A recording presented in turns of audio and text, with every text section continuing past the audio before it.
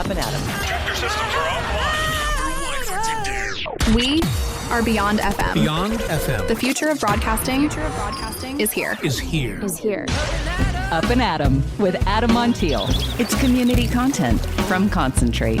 It's Up+Adam with Adam Montiel. Some say life is where it begins. Straight to the stars is where it ends. Yes, some say life is just where it begins. Straight to the stars is where it ends. Only to start again. All right. Thank you so much for being Up+Adam. Wednesday, hump day. My name is Adam Montiel. Got some winning for you. AdamMontiel.com. You can win tickets to Paso Wine Fest, the grand tasting Saturday, May 18th. This day is unreal. Over 100 wineries, food, spirits, all kinds of stuff going on. All kinds of stuff. PasoWinefest.com, PasoWine.com. Either of those websites will link you to get your tickets. But heck, if you can win some, at least start there. AdamMontiel.com, right on the homepage. All right. What happens when a comedy writer from Hollywood trades red carpets for rosaries and a Groundlings improv stage for a silent prayer in a convent? You get Sister Monica Clare, the TikTok famous nun who went viral talking about a wild turkey, but ended up starting a movement online known as Nun Talk. Yeah. With about 250,000 followers, her real story is even more compelling than the content. An unflinching, funny, and moving journey from a chaotic childhood in Georgia to chasing dreams in LA to becoming the sister superior at an Episcopal convent in Jersey. What a ride. In her memoir, A Change of Habit, she pulls back the veil, literally and figuratively, on how she walked away from a marriage, a career, and everything she owned to find the life she was always meant to live. It's a story of healing, listening, resilience, and kind of understanding that voice, that quiet voice inside that tells us to start over. Later in the show, we're going to talk about everything from faith, from her story of healing, and kind of listening to that quiet voice within that could tell us, hey, start over. And what it's like to actually become a nun. You don't want to miss this conversation coming up later today on Up+Adam. All right, we are heading into, I think, sunburn season. Eventually, it's been cold recently. Yesterday, don't get me wrong, beautiful, but it's cooling down today and it's going to be cool for the rest of the week. But we are indeed coming out of spring, getting into summer soon. It's coming around the corner, sunburn season. And this article talked about a pro tip, especially when you're drinking outdoors. Apply sunscreen before you get your drink on. A study at Florida Atlantic University found you're more likely to get a sunburn when you've been drinking, for obvious reasons, right? They talked to a bunch of people who'd recently been burned, and around 1 in 5 said alcohol was a factor. 22% admit they'd had a few drinks. It's because you're less likely to apply sunscreen when you're tipsy. Simple as that.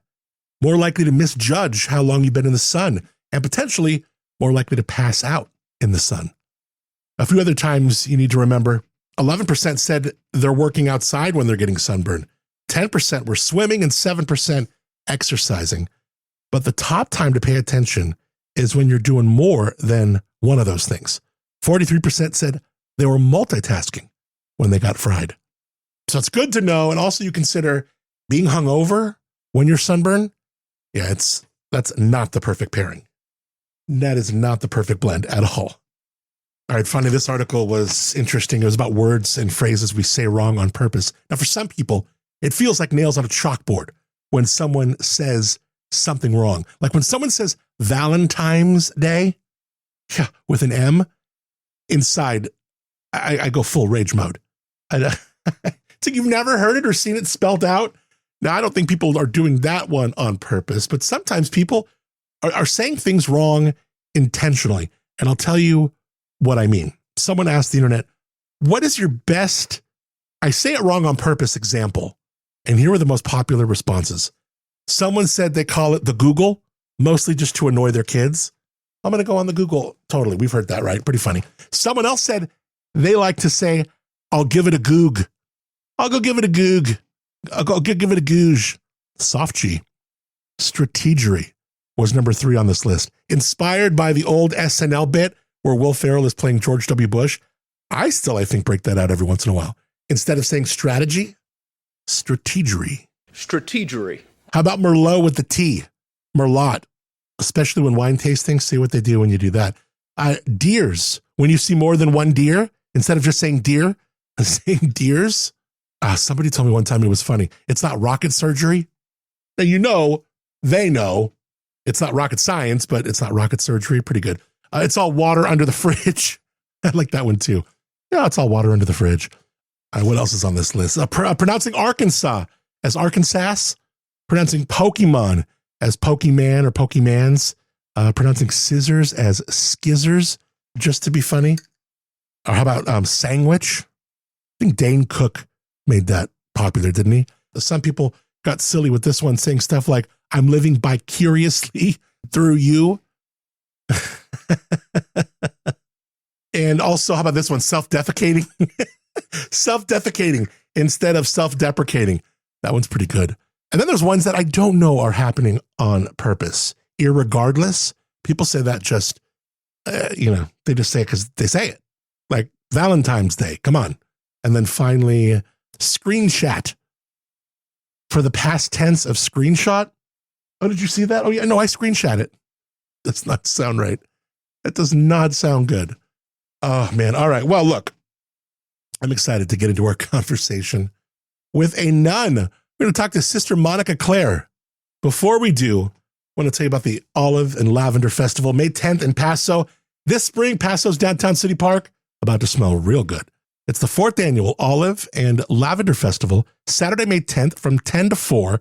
We're talking 21 years of olives, 17 years of lavender, and one perfect excuse to get outside and taste your way through local olive oils, farm fresh lavender, and yes, even We Olive is going to be scooping free olive oil gelato. That sounds sexy. Yeah. Don't miss the live copper still demo from our friends at Hambly Farms. That's where the magic happens. I love Hambly. Their farm is a must do. But the Olive and Lavender Festival, it's free, it's fresh, it's so Paso. Presented by Sunshine Olive Oil. Get all the details, PasoRoblesDowntown.org. Links in the show notes. And check out the 4th annual Olive and Lavender Festival, May 10th, downtown City Park, Paso. It's Up and Adam with Adam Montiel. All right, my guest is many things. A nun, a spiritual counselor, a viral social media star, and now a published author. But before she was Sister Monica Clare, she was Claudette Powell, a Southern girl with big city dreams, a Groundlings alum, rubbing shoulders with SNL's Sherry O'Terry and Jennifer Coolidge, and someone who, despite the noise of Hollywood and heartbreak, couldn't ignore a quiet call toward something bigger. Her memoir, A Change of Habit, is a funny, raw, and deeply human story about leaving behind everything familiar, her marriage, her career, her possessions, to become an Episcopal nun. Today, she's the Sister Superior of the Community of St. John Baptist in New Jersey, and she's showing the world what faith, feminism, and a good sense of humor can look like, all in one habit. Sister Monica Clare, thank you so much for being Up and Adam. Oh, I'm really happy to be here. Thanks for talking to me. You know, you left behind everything. Your husband, your Hollywood career, the life you built. But what's the one thing that you didn't leave behind that still lives with you inside the habit? Well, strangely enough, it was the thing that I didn't like the most, which was advertising. For some reason, all of those years of working in entertainment advertising, it still comes to me all the time. Like the first time I visited this convent, I thought, this place is so great. And so I said to the sisters, you all need to advertise because you got something really great here. And they were horrified by that because they were brought up in religion to believe that you're supposed to have a life hidden in Christ. You're not supposed to seek publicity. And of course, me, with my marketing background, thought, this is an actual product that the world needs. They need spirituality. They need a relationship with God. They need help with discernment in their lives, making decisions. And this place has that. So we need to let people know, because there is practically zero awareness that Episcopal religious orders exist. And that's one of the many reasons that our communities are so small. Even Episcopal priests, some of them don't know that there are religious orders in the Episcopal Church. And everybody just thinks of nuns as being Roman Catholic. That's what I thought, you know. I had zero awareness. And it was a Roman Catholic nun who told me that the Episcopal Church had nuns. And she said that I sound like an Episcopalian, which I can see her wisdom in that because it was the perfect fit. When you talk about discernment, I mean, this is a word that I first heard from my mother. And it's a word that you don't hear all that much. The Bible does talk about it. Let's talk about how special and how like specific discernment really is, really a gift, as opposed to just say judgment. Yes, it's very important. And I was very happy to learn the term and the process about discernment when I first came across it. I started going to church in Beverly Hills, in All Saints Beverly Hills. They had a discernment group. And I learned about priestly discernment, like for ordination, how long it takes, how many people have to be involved, how much prayer is involved. You really have to deepen your relationship with God so you can feel God's guidance. And I had lived all my life thinking, well, I say these prayers. I never hear anything back from God. It's a monologue, you know. But then when you start that discernment process, God can guide you through other people and through the time that it takes to discern. You really have space to add in all kinds of other discernment methods and determine how you're changing and if you're still feeling called. So I'm really grateful for that process. I'm not a patient person at all. And when I first came into the convent, I thought I would just show up. They'd put a veil on me and there, you know, I'd be a sister. And I was really mad when I found out it takes like 6 to 8 years in any religious community, Roman Catholic and Episcopalian, to be life professed. And I sort of consoled myself by saying, well, it's like getting tenure. You know, you have to really put in your time. And it's a long time. Yeah, but I can see why, because you really have to be sure. Now, in the quiet of the convent, Sister Monica, do you ever hear echoes of your past life, like laughter from an improv stage or music from a Hollywood party? And if so, how do you respond to that sound now? It's really funny because over the years that I worked in advertising, I gradually stopped watching movies. I stopped watching television because that was work, and work was so stressful and toxic at that time that I was triggered. I was honestly triggered by it. So when I came to the convent, I thought, oh, thank God, I never have to think about that ever again. And then I realized that the nuns here, we have Netflix, we have Hulu, and I watch a lot of documentaries and things like that on those channels. And we also don't shut out the world.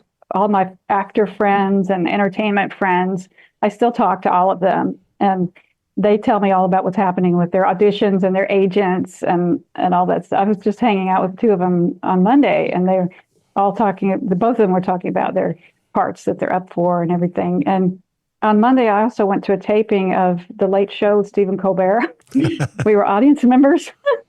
So I thought, well, Hollywood never has left me because of my friends and because of the awareness that I have about how to get the word out about something that I picked up when I was working in Hollywood. And also back in March, completely out of the blue, a few months ago, a location manager contacted us and said, we have a major motion picture we'd like to shoot at your convent. And I thought it was a scam because I don't trust. And we eventually found out it was a legitimate film. It was through Universal Pictures. And then they told us that the director was Steven Spielberg. And I was like, this has got to be a scam. There's no way that this is real. Sure enough, Steven Spielberg shows up to do like a scouting here on the property. I almost dropped dead. I was like, this is real. Hollywood has come to us. And so back in March, for a couple of weeks, they shot inside and outside the convent. They used our school property for it's a UFO movie. Right now it's called Non-View, which is a very strange name. Yeah. But we got to meet a couple of the stars in the movie. I didn't meet Mr. Spielberg because he was always busy, but I was like 3 feet away from him when he was directing because they asked me to be a consultant on the props and the habits of the nuns and their movement, the business that they were doing. And I was like, is this really happening? Like, wow. Am I really? Now, how much do you think this is like them knowing that you have a past life that's familiar with what they're doing, so you can easily kind of help out, or do you think this was just chance, or what did you attribute this like? And was it tempting to be like, oh my God, this past life, this life I got rid of is kind of like here in a way, almost tempting me with a lure? Did it feel that way at all? It did a little bit, and I really felt like it was God's sense of humor because this location manager found us just doing Google searches because they were shooting in New Jersey. And he contacted us because of that. And they were all surprised. Like the crew was amazed that I had worked in entertainment advertising. And then, when I was preparing the sisters for the shoot, I was telling them what a shoot is like because I've been on a lot of film sets. And I said, there's equipment and people everywhere, but they're nice. And, you can walk through as long as they're not shooting. Some of them were terrified. They wanted to hide in their rooms all day. And I said, you don't have to worry about that. The crew will tell you if you're in the wrong area. So I could at least guide the sisters through it. They wouldn't have unpleasant surprises. And I said, the best thing about a movie shoot is the craft services table. So a bunch of us went over, got free food, which was great. And the whole experience really made me feel a little bit differently about movies because the whole crew, there must have been 250 people here. Wow. Every single person was kind. They were not the sort of bloodthirsty sociopaths that I had known in Hollywood. They were all wonderful people. I'm so curious, like, do some of the nuns, or maybe they did this in the beginning, will they like come into your room? I could just see them sitting on their stomachs on the bed and be like, hey, tell me a story. Tell me a Hollywood story. Tell me what Sherry O'Terry was like, or do they do things like that? Or was that a thing in the beginning? They don't really do that because a lot of the older ones were raised to where you don't talk about your previous life. So they don't try to draw it out of me. It comes up sometimes, like with this movie shoot. They were sort of astonished that I knew what a film set was going to be like. And I'll bring up some stories. I try not to tell too many Hollywood stories because some of them have been in religious life for 50, 60 years. And they stopped watching movies and television way back then. So if I say something about Sherry O'Terry, none of the sisters in this convent would know who I was talking about. And they really don't bring it up. It just pops up in little tiny ways. Now, you paid off over $100,000 in debt to walk into a convent. That wasn't just financial, it's spiritual. What's something money cost you that faith gave back? Oh, what a wonderful question. When I was earning pretty good money, I never earned like super high salary, but enough that I didn't have to worry much about my necessities. It came at such a cost to my authentic self, to my well-being. The stress was so enormous that it destroyed my health. I have a lot of autoimmune problems now and a lot of sickness back then because you went to work sick. You couldn't take time off. And a lot of burnout that had happened made me very angry. I was an angry person by the time I left advertising. And it was getting worse. And I thought, this is not who I am. And then to give up my career, I never thought that I'd be able to do it because I have a fear of impoverishment. So I've always had like a job and 2 side jobs and a little gig that I do to bring in some money, because I had this deep fear of living on the streets, of being homeless. And so my whole life was fear-driven. The reason I got a job was out of fear. I thought I was going to starve. And giving that up and walking into a place that takes care of me, I don't get a salary, I don't have a bank account, but I trust the community to provide for all my needs. This is the most comfortable life I've ever led, in spite of the fact that we're a nonprofit and the wolf is always at the door. We always have trouble paying our bills. But it's so much more safe and secure. I did not expect that. I thought it would be terrifying to not have my own bank account. Now, when people, sister, think of nuns, they imagine solemnity, silence, not a viral TikTok queen with a skincare routine, right? How do you balance the sacred with the social? Well, in many ways, I try to prevent drawing attention to myself among the sisters, because we're always supposed to be equals. We're an Augustinian community, so it's not top down, it's collaborative. And so I don't really talk about my social media life when we're all together. And when I put out the newsletter, I don't talk about that in the newsletter because it's supposed to be about us and not me. And I also try to shield them, like shelter them from the things that I'm doing on TikTok, because they would be terrified because they don't understand it. They think that they've gotten better, but they used to think that social media was just pure evil, and that if you went on Facebook, people could see you in your pajamas. They could steal all your credit cards, drain your bank account. Like, that was the real fear for them. So I try to give them as much information as I can so that they won't get scared. Now, what broke you in that made space for the divine to enter? It was the divorce. I was going through a divorce, I had had a lot of horrible things happen in my life, but my divorce was definitely the worst, because it was a destruction of trust and of what I thought this person was. So it broke me down to, like when you talk about renovating a house, you get it down to the woodwork. That's what it did. And it was like a kind of thing I think the church is going through right now, where you have to diminish it to a certain point, tear it down to build it back up better. And that's what happened to me during that. I had to get into therapy because I was really afraid I was going to have a breakdown. And I started walking everywhere, like really frenetically, enthusiastically walking, just to get my energy out, all this anxious energy. And I had all these fears. I was consumed. And then I realized, wow, I should have been in therapy like 15 years ago. Yeah. And yeah. So it really, it was like a phoenix. I really rose out of the ashes better, much better. Yeah, therapy is a great habit. I mean, no pun intended with the habit, but you know what I mean? Absolutely. Was there a moment, sister, early in convent life where you almost walked away? And if so, what pulled you back? Yeah. It was when I first came, I had this realization that this was like a homeostatic system, and it was hostile to new things because they had had bad experiences with new people in the past. And I was under the shadow of all those people who had caused trouble and did this and this and this. So they didn't trust me. And I have heard that that's a common thing in religious communities.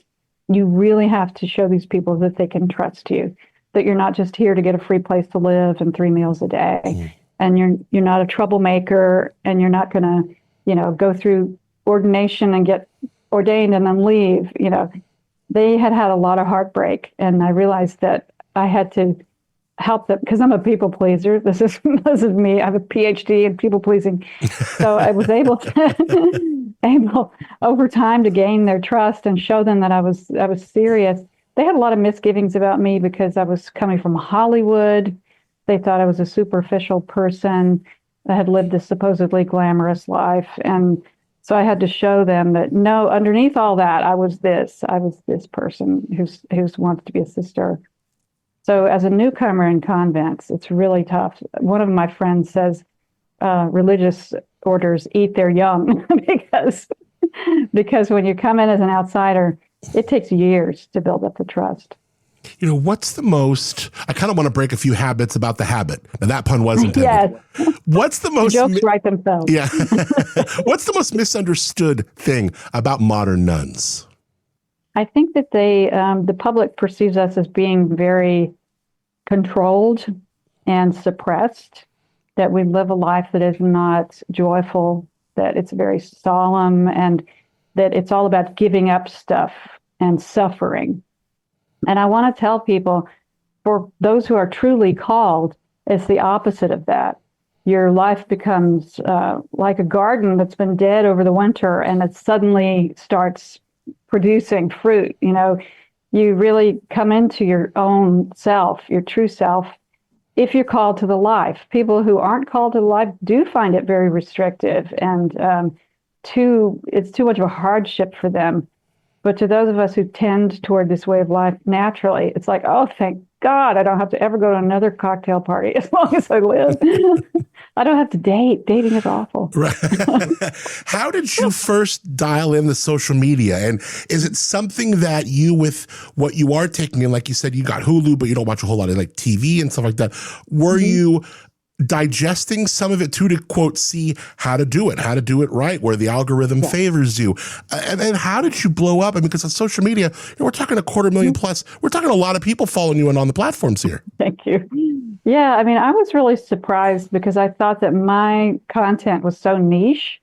I'm for church nerds. That's what I thought. Church nerds are going to listen to. I thought like 30 people, but I didn't realize that TikTok in particular as a social media platform really does dial in the user's experience to what users really want to see. Whereas the other ones, I wasn't getting a lot of traction on Facebook and Instagram because they really direct users to content that was going to make them buy stuff. That's the whole point of social media. And TikTok has commercials. They do have a marketing element. But I did notice that as a user, when I was first watching other people's videos and liking them, I thought, wow, within like 48 hours, I was seeing only what I wanted to see. And so I think grassroots movements can take off better on TikTok because users have much more control. And progressive Christianity is almost not existent on the other platforms, but on TikTok, it's really growing. We all connect with each other. We see each other's videos, and I learn from others, what's out there. I didn't even know the term progressive Christianity until I got on TikTok and I connected. I was like, oh, there are other people out there like me. So it's been a real learning experience, but I did spend a lot of time watching videos to see what was going to succeed. From like the comedy stage to the chapel, what's one thing that those two worlds unexpectedly have a lot in common? Yeah, I used to say, I have a degree in acting from NYU, and I used to joke around and say, I have a degree in acting, completely worthless degree, flush my money down the toilet. And then I realized after I got into church work that most of what I need in doing church services, being up there on the altar, is from theater, because theater came from religious rituals. That was where it originated. So I know how to project my voice. I know how to do a really good reading of the Old Testament out loud so that people can hear it. I know I'm not afraid to get up in front of people because I did in theater. And even when I was working at the Church of St. Mary the Virgin in New York, as a new sister, I lived there for 3 years and I was part of the staff. And it was in the theater district. So they had theater lighting. And I thought, how bizarre that I have all this theater training. I'm now working and living in the theater district and using all the tools that I learned in my acting training. So God is really smart, Yeah, the plan, huh? The plan.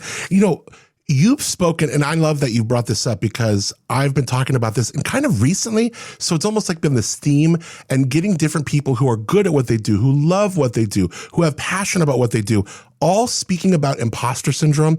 It's really fascinating to me. And even in the convent, I mean, what do you say to people who feel like they're not enough for the life that they're meant to live? And sometimes for whatever reason, regardless of talent, passion, like I said, they feel like, God, I don't belong here.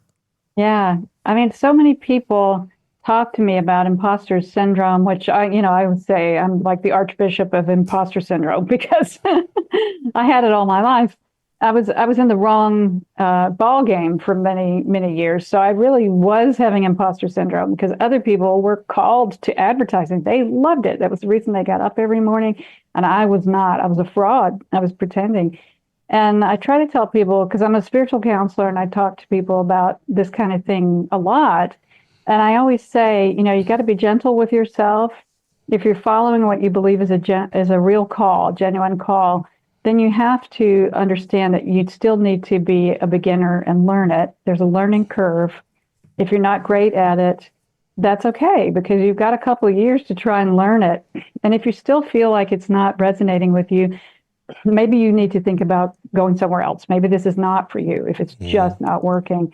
But there is a long period of time. Like when I first came in, I was 46 years old, and I felt like I was beyond the stage where I was teachable, because they were teaching me everything that was sort of the opposite of the world outside, where in the secular world, you have to speak loudly, you have to look people in the eye, you have to be confident, sell yourself. And here it was the opposite. You have to speak quietly. You have to keep your eyes down and be focused on the Lord, and you have to be really humble and polite and just be part of this group instead of standing out. So that took a long time to learn that. And also just the policies and procedures of the convent was a lot.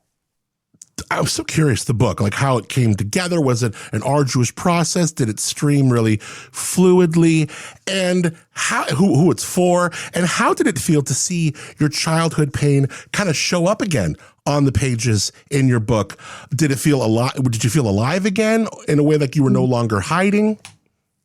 Yes. I mean, when I first was approached by Albert Lee, who is an agent at United Talent Agency, he said, I think you should write a book. And I was like, nobody's going to read a book about me. Like, I'm so boring. And then he sort of wheedled it out of me and said, I think your story could help a lot of people. So I thought, okay, maybe I can write this book. And then he was going to shop it out to publishing houses. And he had lunch with Leah Trauburst from Penguin Random House. And she said, I want it. Like nobody else. He didn't even get a chance to talk to anybody else. Wow. So I thought, well, if Penguin, they're pretty big. If they want this book, and if this really big agency thinks it's going to be good, then what do I know? Maybe it will be. But then writing it, I had genius editors who worked with me. And I was so glad of that because I had written blogs about my childhood because I used to have a blog back in the olden times. And I pulled those out and we worked with those because I have a collection of stories about my father thinking that someday I would publish them somewhere. And so we started with that as sort of the bare bones. And it was really hard for us to establish what really needed to go in the book. The first draft of the book was like 1,500 pages, and we had to boil it down to less than 300. So that's where the genius of the editors really came in. They knew what drove the narrative and what was extraneous or it was diverting from attention. Because, of course, I have a lot more stories, but we had to figure out which ones counted. Yeah. I was sad that I had to leave out a bunch of my friends. I've always had great friends, and I had included them in the 1,500 pages. But It worked. It came together. Well, I've just loved talking to you, and I'm so curious that line between escape and calling. I guess it can be blurry, and somehow you knew this wasn't running away, but finally running toward, and that's amazing. And you get that in the book, and I can't wait to have the opportunity to chat with you again sometime, sister. I've really enjoyed this conversation. Me too. Thank you so much for taking the time. Thank you for being here. Thank you for being Up and Adam. Thank you. Some say life is where it begins. Straight to the stars is where it ends. Only to start again. You can follow Sister Monica Clare at Nonsense for the People.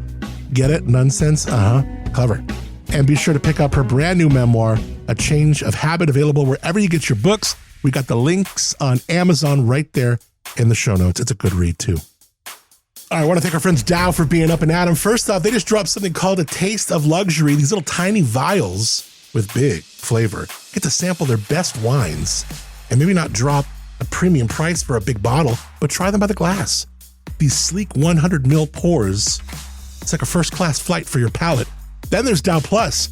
It's an app on your phone, no matter what kind of smartphone you got, for the community that gets you exclusive wines, VIP events, and all access perks on the mountain. So check out DowVineyards.com. Check it all out. Serious luxury, Paso style. DowVineyards.com. Get up there and taste and let anyone know you heard them on Up and Adam. All right, don't forget AdamMontiel.com, your way to Paso Wine Fest. Got your tickets? Get to AdamMontiel.com. We'll see you Saturday, May 18th at Paso Wine Fest. Buy them at PasoWine.com. I think PasoWinefest.com is its own website, too. You can check that out. But if you want to win your way in, AdamMontiel.com, right off the homepage. Couldn't be easier. Thanks to Moonshiner Collective for original music on the show called Start Again. To you for rating, reviewing, subscribing to the show, and sharing what we do with a friend. Also, giving some feedback. I would love if you could take a moment. Text me if you got my number, or reach out at AdamMontiel.com. Click the Connect tab and let me know what you're feeling, what you like, what you don't, what you're into, what you're not. This show it's not my show, it's our show. It's what we're doing here. It's a community, so love to have you a part of it. Get to AdamMontiel.com and let me know what's up. Till tomorrow, when it will be Thursday, looking forward to connecting with you. I'm Adam Montiel. Thank you so much for being Up and Adam. Some say life is where it begins. Straight to the stars is where it ends. Only to Let's start again. Let's start again. We'll start